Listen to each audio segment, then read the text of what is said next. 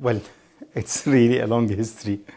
I, my interest in Islamic economics began when I was student at the University of Damascus. I entered the School of Business, although I was, according to the schedule of grades and so on, I was qualified to enter into the medical school. But I selected the School of Business. Then I thought I wanted to be an accountant. But during my study, I noticed that there are things that are important that Islam teaches in the area of economics. And I started be interested in Islamic economics.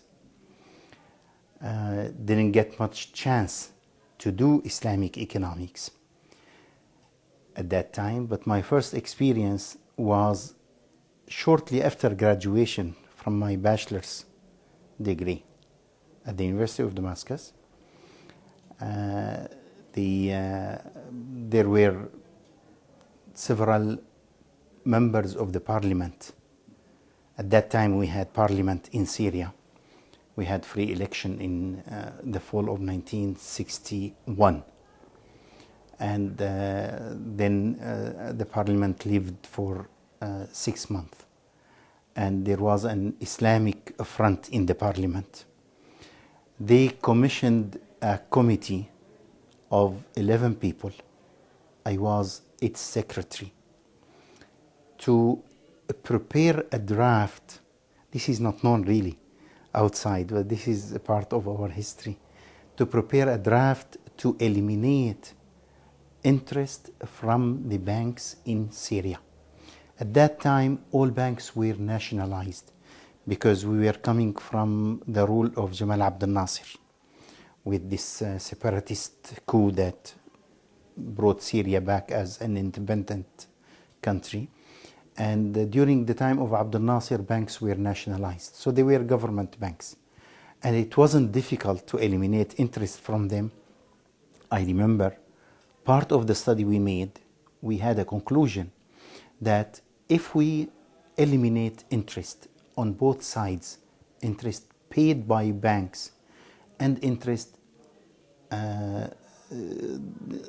taken by the banks would not lose. At that time, the balance sheets and the statements of accounts of these banks in Syria indicated that they were actually making their profits only from commissions and other charges that are not interest. We prepared a draft, but then came the coup of March 1962 that turned away dissolved the parliament and so on, and we had dictatorship. A little while after that, I decided that, I need to further my study in economics to serve the area of Islamic economics. So I was able to come to the United States in 1971, beginning of 71, to study economics. I got my PhD in economics. I wrote my first article on Islamic economics under the title Challenges Faced by Muslim Economists in 1972. It was presented at the first meeting where we established the Association of Social Scientists. It's called AMSS, Association of Muslim Social Scientists. I was a founding member in it, and the late Ismail Farouqi was his first president then. That was in 1972. We established it, and I presented that paper. The second paper I wrote was developed later into my first book on Islamic economics under the title The Islamic Economy. It was published both in English and in Arabic. In English in America, in Indiana, and in Arabic was published by Dar al-Qalam in Egypt and Kuwait. Since then, I've been writing on Islamic economics and then come to the area of Islamic banking shortly before I joined the IDB in 1985. I didn't write on Islamic banking before that, but generally on Islamic economics and the issue of interest. I've written several articles and books. By now, I have more than 25 books in Arabic and in English, and I have some 85 plus articles, of them more than 55 published in recognized journals. I turned into, I have been always critical. That's my nature.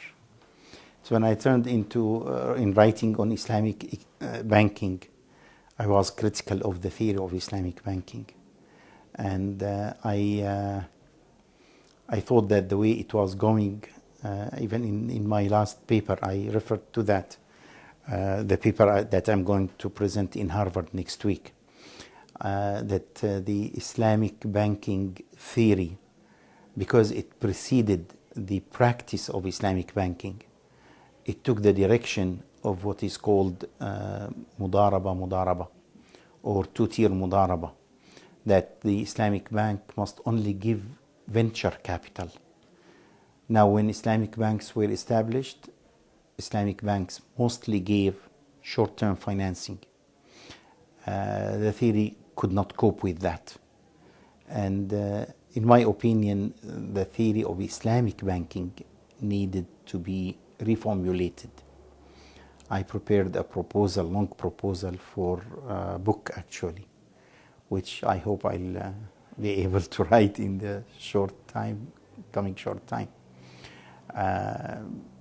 to revise or kind of survey the past and make some new contribution in the theory of Islamic economics that is based essentially on mudaraba with depositors, but not mudaraba with users of funds.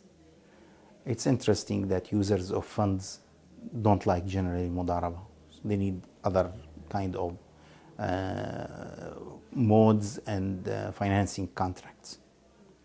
So this is my story with it.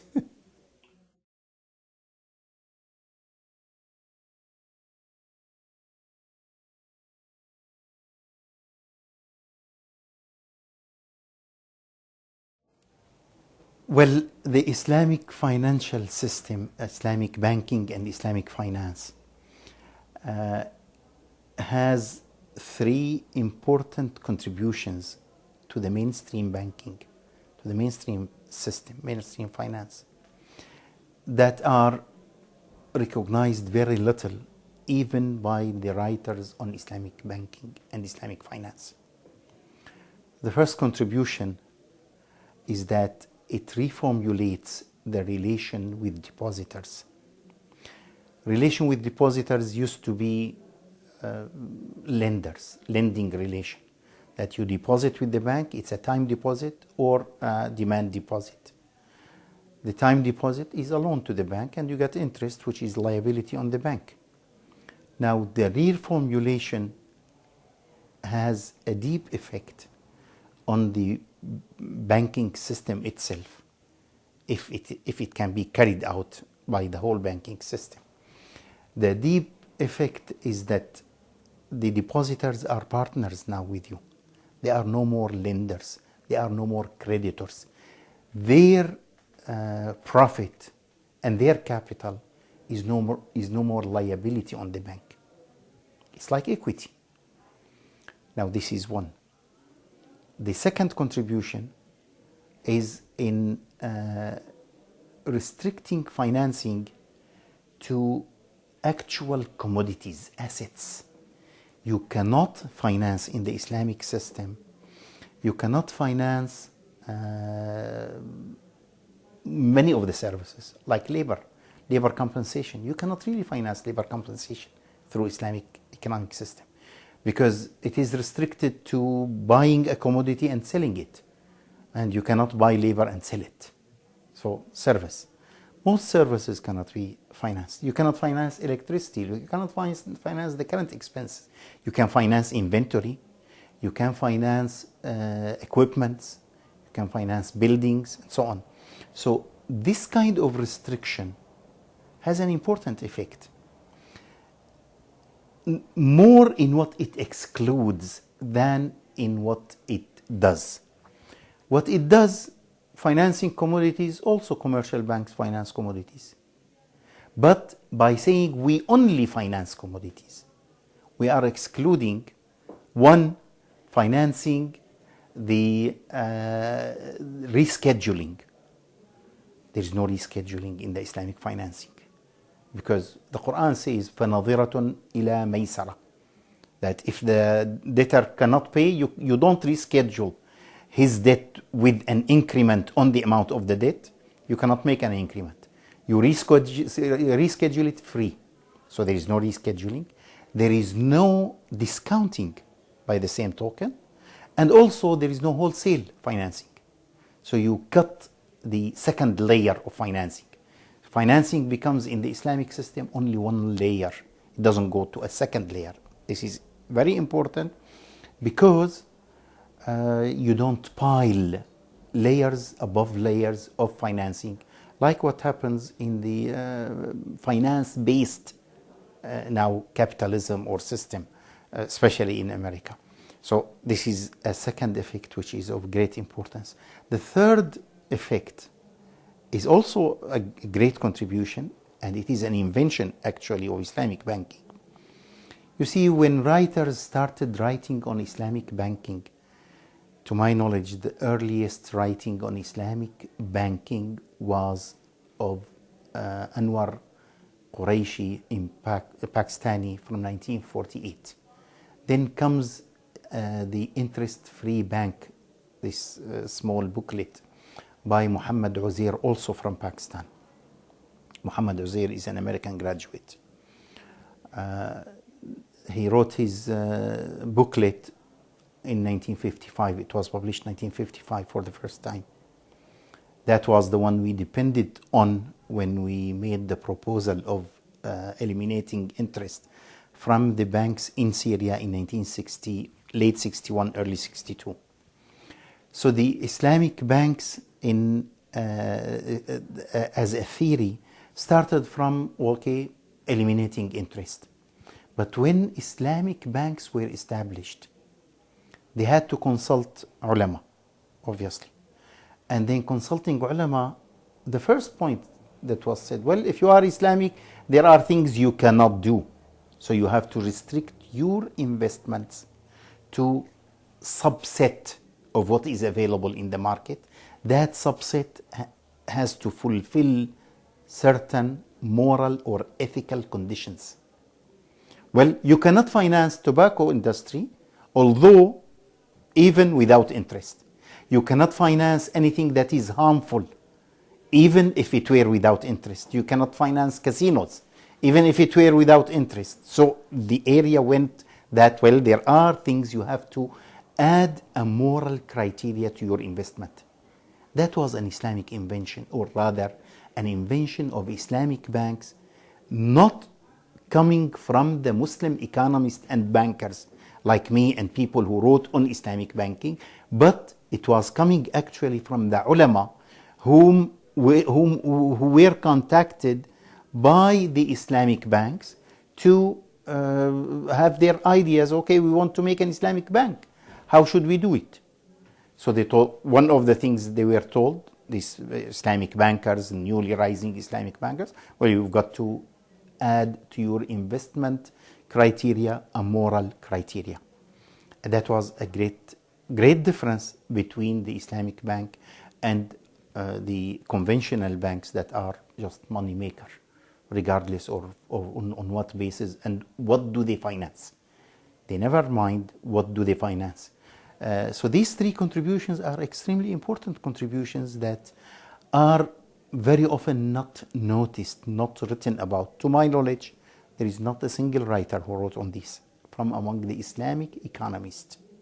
Recently, Dr. Najatullah Siddiqui is interested he didn't publish anything yet, but he has interest in moral economics, and probably he might write. In 1999, I have a paper published in the Thunderbird Journal of Management. The paper point out these three contributions of Islamic banking. And these can be applied by mainstream banking. Notice, they are not religious in that sense. What is beautiful about Islamic banking, in fact, this is the same thing, what is beautiful about the Islamic Sharia. Islamic Sharia is a civic Sharia. It's not a religious Sharia. It's derived from the religion, derived from the Quran and Sunnah, but it is a civil law. As I remember the French Orientalist died, Jacques Burke. He used to call the Islam or Islamic Sharia as this is a secularist religion. It's religion, but yet it is secularist, because when you deal in Sharia, in law, you deal with it on civic basis, not on religious basis. There is no edge or advantage to those who are religious or to in the law. The law treats everybody the same, and the law is open to everybody. Probably some people remember that some of the so-called, though we don't like them, they had many problems, so-called Islamic investment companies in Egypt. Some of them were established and owned by Christian and run by Christian. So they were Islamic simply because they follow certain criteria. Once you follow these criteria, then you are Islamic. You don't have to be Muslim to follow them. So these contributions are civic contributions to the mainstream banking. This is important to emphasize.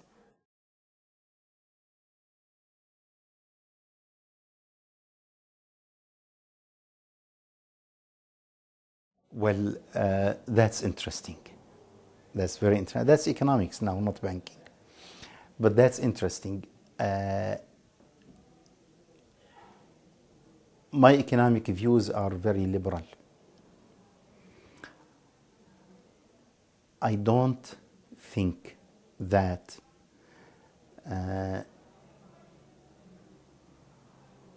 you can attribute to Islam as a religion or as an ideology any viewpoint that is regressive, that denies achievements of humanity at any time or at any age.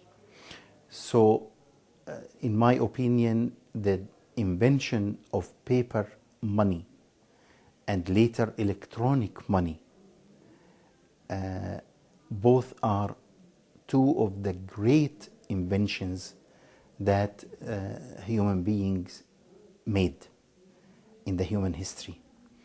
And going back to dig for gold and pay all that cost, social cost obviously, and then say, oh, we want a gold standard money or a gold money, instead of at the time that you can print paper as much as you can, free almost, it's nonsense. So I don't accept any view that says, oh, because at the time of the Prophet sallallahu alaihi wasallam, money used to be gold and silver, there is something Islamic about it. Well, I say it more than that. The Prophet ﷺ never minted money, never minted currency, gold or silver. He used to use the currency that was made in Persia or in the Roman Empire, and he used both of them. So does it mean that a Muslim country doesn't have to have its own money? No. In my opinion, it is wrong to think in those terms that are, to me, regressive, deny the human achievements. I'm very liberal from that point, completely. I take it for granted that paper currency, electronic currency are there, and they are there to stay, and there is nothing that can be said un-Islamic about them. Now, obviously, anything can be messed around. Now, if the government messes with the paper currency, it can also mess with demand deposits, it can mess with electronic currency, it can mess with anything. It can mess with the human minds also. We have to limit the government from messing not to deny the invention that saved humanity a lot of effort and a lot of cost. So paper currency is okay, no doubt about it.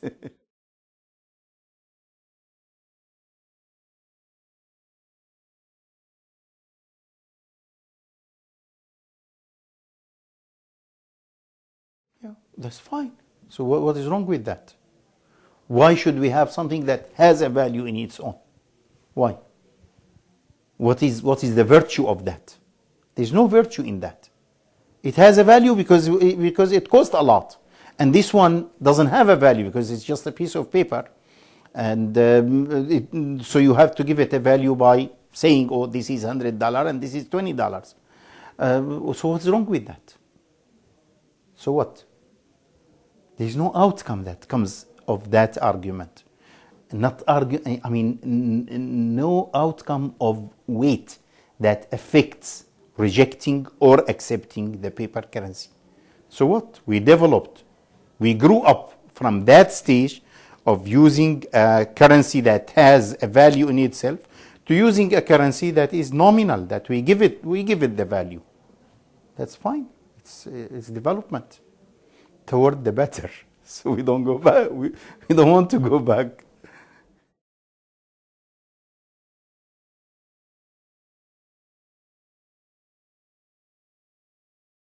I have a published paper on that. It was published in the early 90s. Time in itself is valuable in a sense that you cannot really, it's more than value. You cannot put value. Time is life. You can put a price tag on it. But when you come to money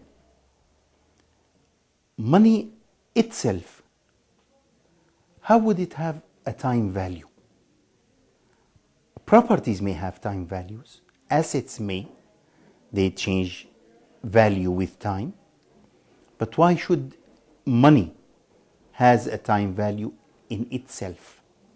Think of it. Isn't that like what Al-Qurtubi, one of the commentators on the Quran, calls it illusion? He uses the term wahm, illusion, that this is an illusion. What is it? How would you put a value on the time that passes on a thing that is used only as a means of exchange or even a store of value? Well, how would you put value on its time? A $10 is in my pocket is a $10 in my pocket, and is a $10 in the bank, and is a $10 given to you as a debt. So it is $10. It won't become by all means $11. So how would it become 11? It's only by assumption that you make a gain, you benefit from that. Now that assumption, we don't deny that there is benefit from having what is called real balances in your pocket or in your bank account. We benefit from that. Precautionary demand for money, they call it. Well, there is benefit from that, no doubt about it. But that benefit is not time related, is assets related, it's real balances related. That's fine. Now, there is that benefit, and it makes a difference whether I have it in my pocket or I don't have it. When I borrow from you, I have it in my pocket. That difference is there, but that difference cannot have a price tag because of two things. One, you don't know whether it is negative or positive. Sometimes it may get a negative value. Two, there is no way to estimate that benefit. It's a moral benefit. It's not material benefit. So when you give me a loan, I have a moral obligation of being grateful to you, of thanking you, but I cannot compensate you in material terms because there's no way of estimating it.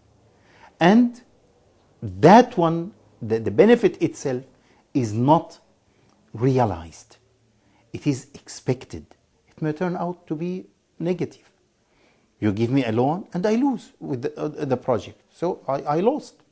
How would anyone claim that I benefited from the loan you gave me? It came negative because I lost. I may do something either because of me or because of circumstances that ends up that money will go away, will vanish. So what is the benefit then?